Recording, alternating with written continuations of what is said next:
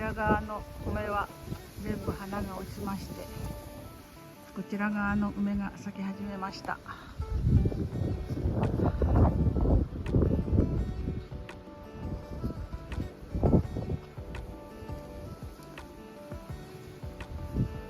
ようくん、今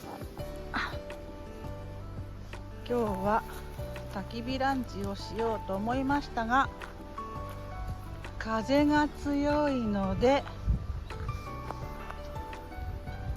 危険と判断し、火を使うのを諦めます。せっかく用意した食材、今日は夫が作った大納言小豆で作ったあんこで、おひな祭りで作った形でお塩をしようと思いましたが、そしてアヒージョ、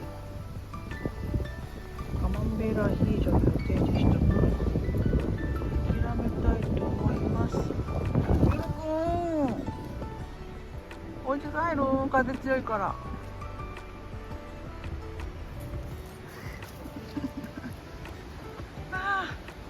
すごい。なんとタープの下がモグラの通路、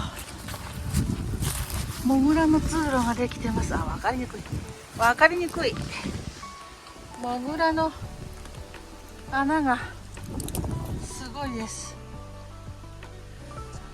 タープの中がモグラで占領されてます。すごいね、モグちゃんの。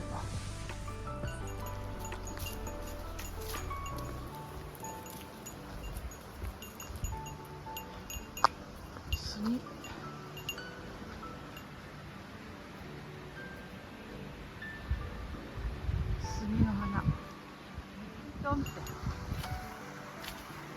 花粉、すごい。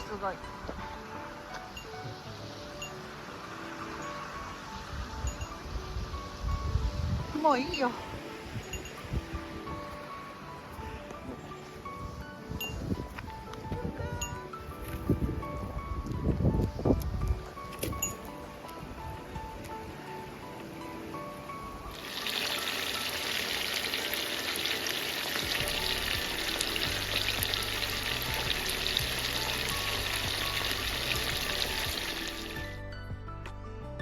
例え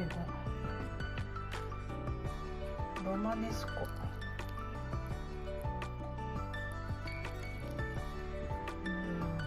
味しそう。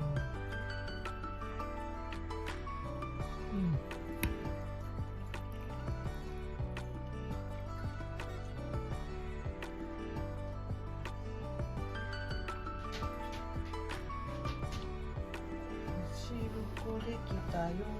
美味しそう。